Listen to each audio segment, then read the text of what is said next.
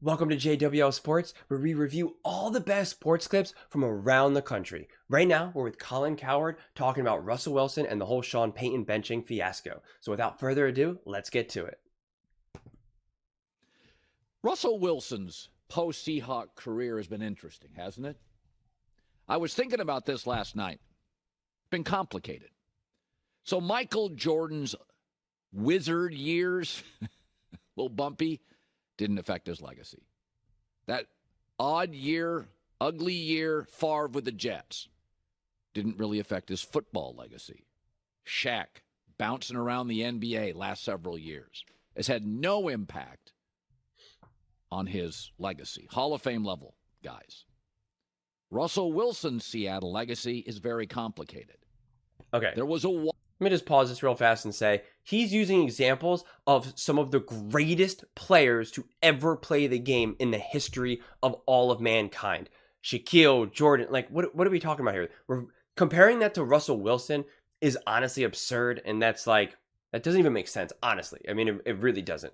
Even if you think Russell Wilson is good, and even if you think Russell Wilson is a Hall of Famer, what Michael Jordan and Shaquille O'Neal and stuff is to basketball is not what Russell Wilson is to football. So that comparison makes zero sense, truly zero sense. While there, we were all watching thinking, is this what quarterback's going to look like going forward? Have to move, intuitive, impulsive, quick, raindrop throws. New information. When he had the top defense and the top run game, Seattle rolled. And then they started using a phrase, let Russ cook. And the team became more Russ-centric, and they won a lot less. Even in the 2 seasons, Russ got to a Super Bowl, those 2 seasons, with the number 1 run game. A Hall of Fame level coach and a great defense. 13 times in 2 years, Russ threw for under 200 yards.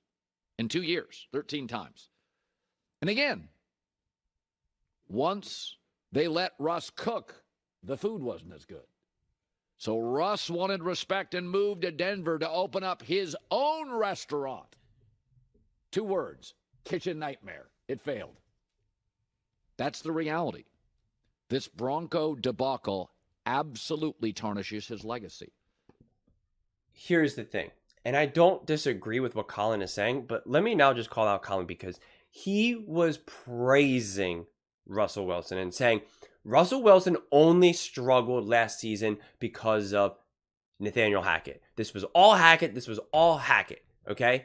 He goes, I don't just see a quarterback just completely falling off a cliff like that unless, it was clearly age or injury. And he goes, and that's not Russell Wilson. Now let's fast forward when the season starts and Sean Payton and Russell Wilson, and the Broncos are obviously off to a terrible, awful start. He's like, it takes time. It takes time. Then the Broncos start to play well, and Russell Wilson is looking pretty good, and he says, see, Sean Payton, that's what happens. It just takes you a few games, and now Russell Wilson is back to being who he was. And then you continue to now call out Nathaniel Hackett and all of that.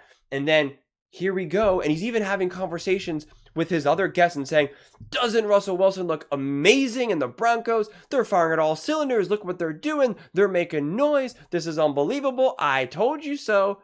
Now things are back down to earth. Russell Wilson is no longer playing as well, and Sean Payton benches him, and now Colin is just immediately like, see, this is all on Russell Wilson. He's just not good enough to let Russ cook and this and that and yada, yada, yada. And it's like, well, which is it? You're having all these opinions. And listen, I am all for changing your opinion. I say this all the time on here. I am all for changing your opinion when you get new information. That is what you do when you are intelligent, and that is what you do when you are evaluating the reality of the situation. If you get new information and yet you still have the same exact opinion, despite you seeing different, evidence, that makes you just not smart, okay? I mean, there's just no way to kind of get around that. That's just your own issues.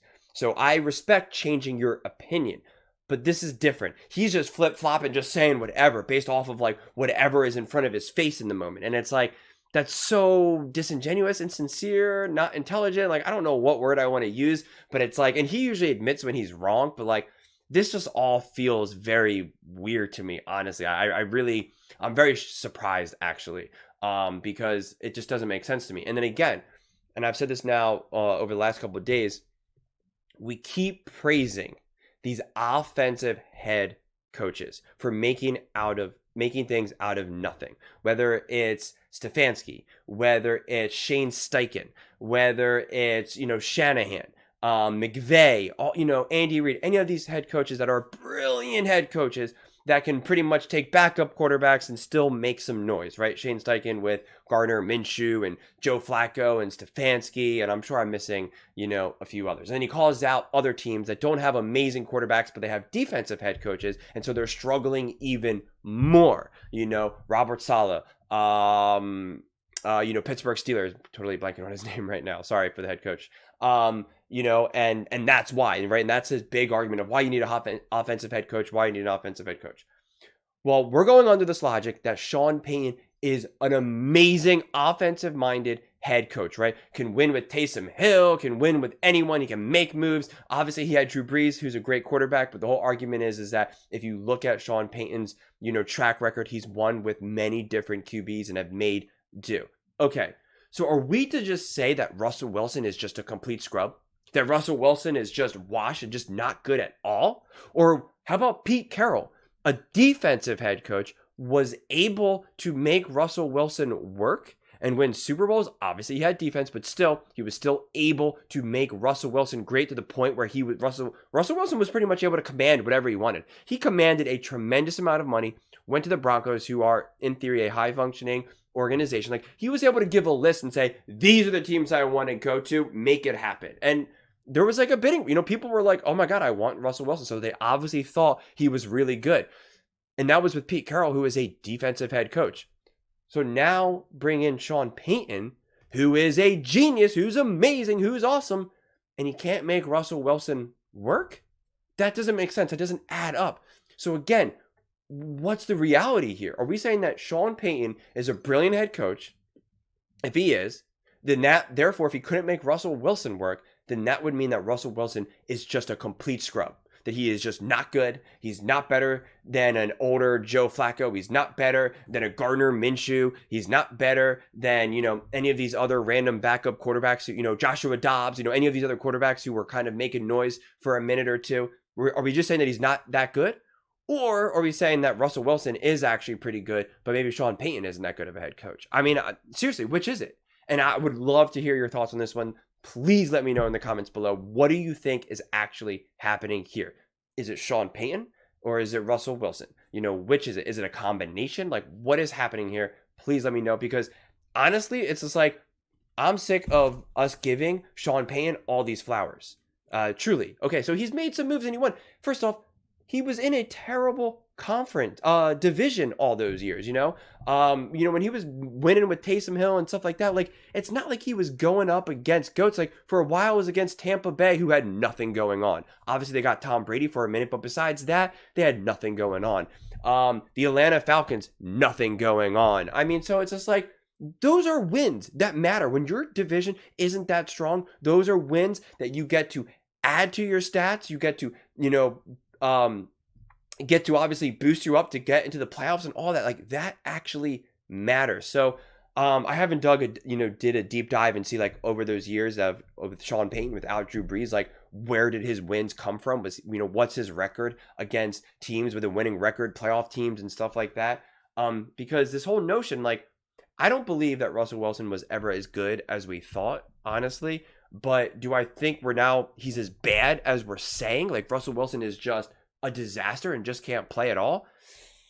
I don't know about that. I find that really hard to believe. And again, if he was really never that good, then please tell me how a defensive head coach was able to make it work with Russell Wilson to make him look so good that he was able to command one of the highest contracts in the history of the NFL, and every team that didn't have like a Patrick Mahomes or a Josh Allen was looking at Russell Wilson to say, we'll take him. The Eagles were looking at him. You know, like plenty of teams were looking at him. This wasn't like they were like, we don't know. It wasn't seen as a risk to go after Russell Wilson. The only question mark was his age of just like, okay, you're going to have to pay a lot for him, but like how many more years does he have in his prime? Nobody was expecting just for him to fall off a cliff here. So that's what I would really like to know with Russell Wilson. Which is it?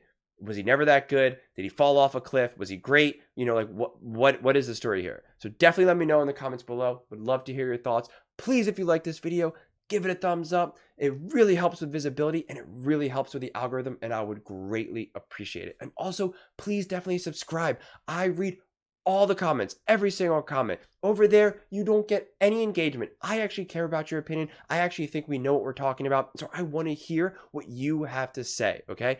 So if you think what I'm saying is the dumbest thing you've ever heard, let me know below. If you think what I'm saying is the greatest thing, also please definitely let me know. Obviously, I like to hear the compliments.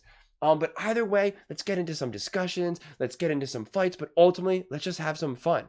Join this community. It's growing. It's awesome. And I really think we can build something special. And I would love to see you part of it. Thank you so much and see you.